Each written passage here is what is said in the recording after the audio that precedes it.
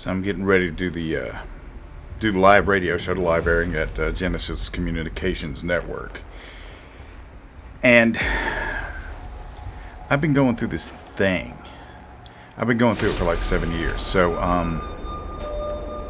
it seems like we're beginning to get in control of it. But it occurs to me that there may be some of you who are my age or older or younger who may be going through the same thing. So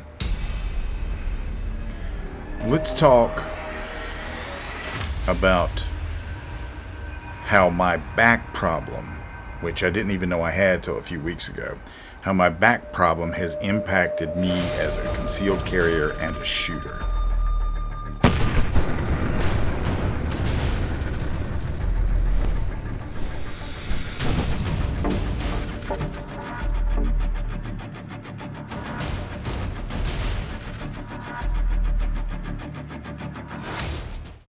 So, greetings, YouTube, lock and load ninjas, interwebs at large. So, back about 2013, I started noticing this thing. And, I mean, for all the videos where I go shoot like these,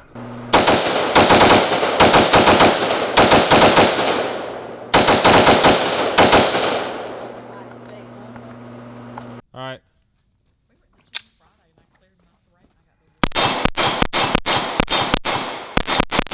there's a whole lot of stuff that goes in between, because heretofore, up to this point, I've always had to take a break and sit down in between strings of shots that I run. It is very difficult for me to train, although I did go and train at Tactical Response in 2018 in June, and I trained in 2019 with Steve Fisher in Orangeburg, Reevesville, wherever it was, for the RDS class. I did manage to actually go and train in those classes and do those classes, but it's very difficult for me to train. Now, I have this back condition, and it started about 2013, like I said, and the problem that I was having is that I would walk, and then my lower back would start to spasm, and then my upper glutes would start to spasm, and then it would eventually work its way all the way up my back. And it would get, at one point before the heart attack, right before I had the heart attack, I couldn't walk 15 yards for the most part. It was bad. And my first thought was that I'm fat, I'm out of shape, I'm getting older, but I just couldn't understand what this was, because everything up to this moment where I got into the radio business, I was always active. I was always going. I worked in the route business for 20 years. I was in the military for 7 years prior to that. I didn't know what was going on. So then I had a chat with John Edeen. And John Edeen of Dr. John Edeen. He's been a guest on my show many times. He has come on the show many times and talked about things, as it relates to doctors and gun rights. And John thought it might be, when I was telling him my symptoms, he thought it might be spinal stenosis. Well, thankfully, it's not spinal stenosis, but now I have to go to Columbia, South Carolina, where I'm from, and there I go see a guy named Dr. Gene Garris.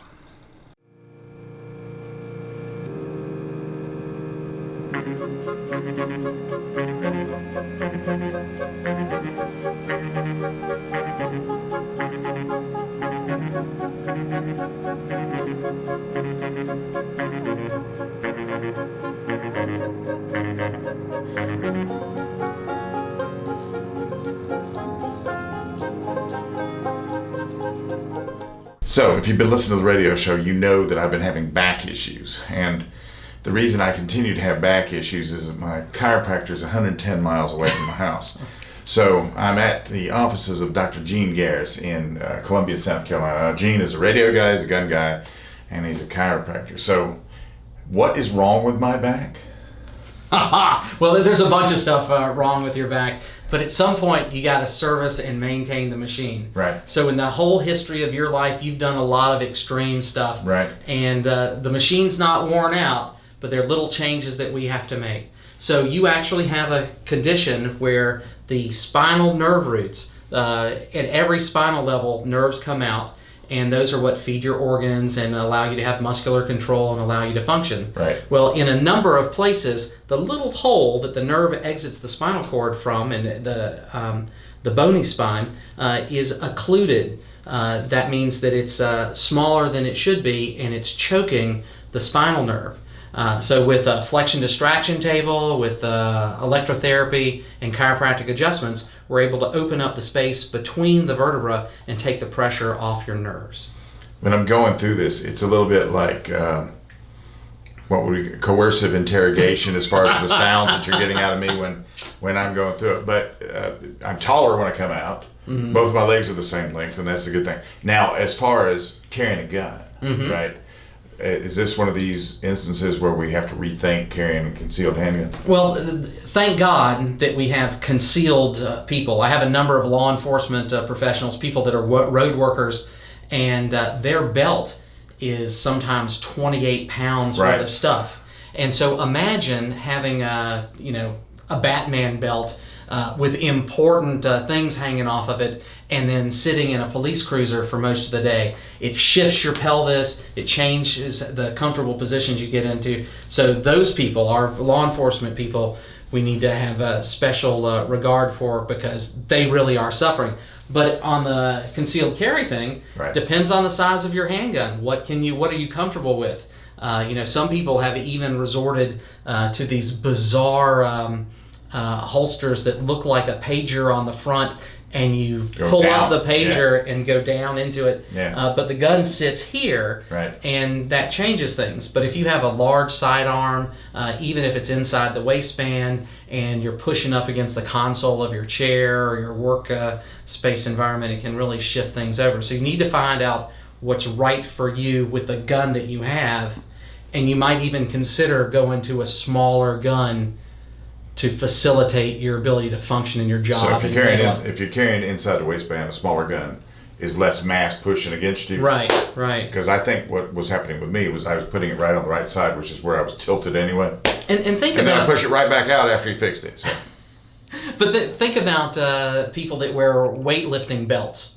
Well, if you had somebody with a weightlifting belt with a constrictor around their waistband, and then you put a firearm in between it and the waistband. And one of the problems with carry is that you're not always sure that it's going to hold and not drop down your pants or pull your pants off. Right. So imagine having an 1.5 inch wedge on the side of you pushing all the time. Well, that can distort your spine and create all sorts of problems. So if you're in Columbia, South Carolina, and you have a back issue and you don't want to go under the knife, which was one thing that somebody mentioned, might be a thing. Dr. Gene Garris, you can find him on Cedar Terrace Plaza off of Garner's Ferry Road. Right. I lived here in the 70s. It's not much has changed. Still, the dance studio that was here in the 70s is still here. So thanks very much, man. All right. So here I am back, and now I'm running... Gene set up my TENS unit for me, so I run a TENS unit 3-4 times a day. I've got one that I could walk with if I have to.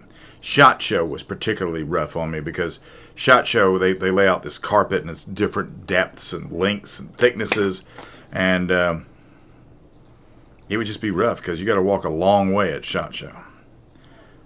Although I have hope now. I have hope. When I first went to Gene, for example, my right leg was 3 inches shorter than my left leg. So one of the things I started doing, though, and we talk about this, I was talking with Gene about this, as you saw, is the gun I carry, because I like to carry a full-size gun if I can. Well, I can't do that right now. I'm going to have to make a change. So right now, because of weight and mass, there's 2 guns I'm carrying. I'm switching back and forth between them. It just depends on how I'm carrying them. Glock 43. This gun has been, modded up by Hive Technologies. Thanks very much, Dan. And then, if I'm out and about, I'm using this. This is a first generation Vertex. I think this is the Transit bag.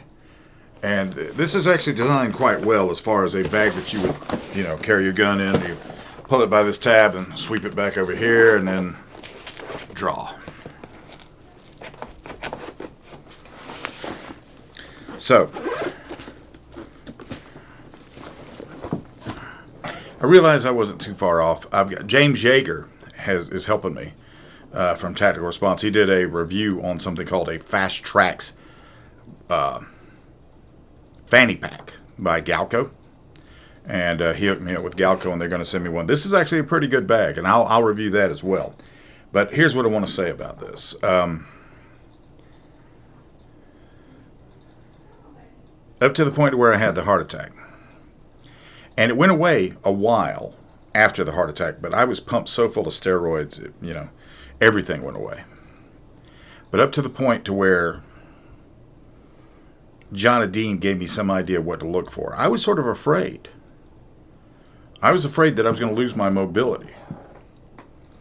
I'm in an industry where everybody runs up and down a range and everything, and while I don't think like I do, like somebody my age does, the fact remains that I am my age. I'm going to be 60 next year, 60 years old.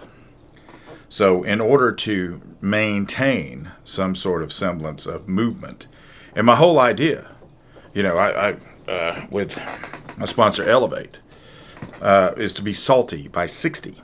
So now I have a chance.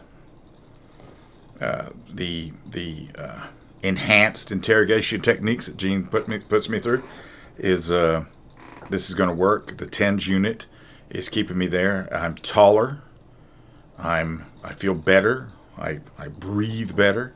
It's absolutely crazy what I was going through. So, fact of the matter is, I just didn't know what I was going through.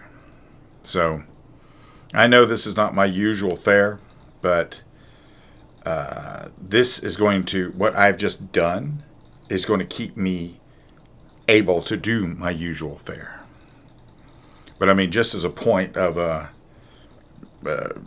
full transparency, literally every video you've ever seen of me shooting involved me having to sit down in between strings. Just about all of them. So I'm glad that's behind me, because this was... Who wants to be immobile?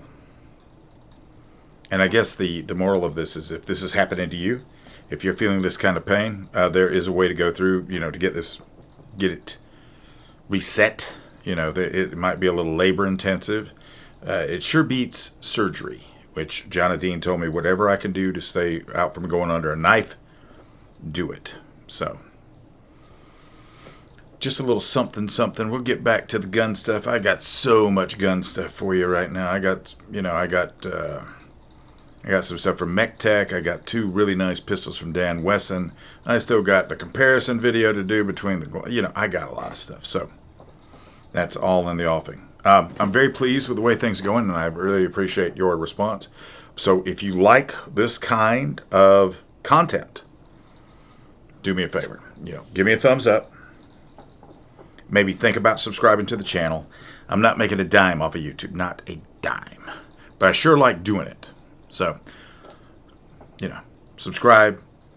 Give me a thumbs up. Maybe hit the notification bell. I feel like I should be getting more views than I'm getting. But, that's YouTube. I'm demonetized, not in search. Just life as it is. And, we'll get back on the regular grind here tomorrow. So, I'm out of here.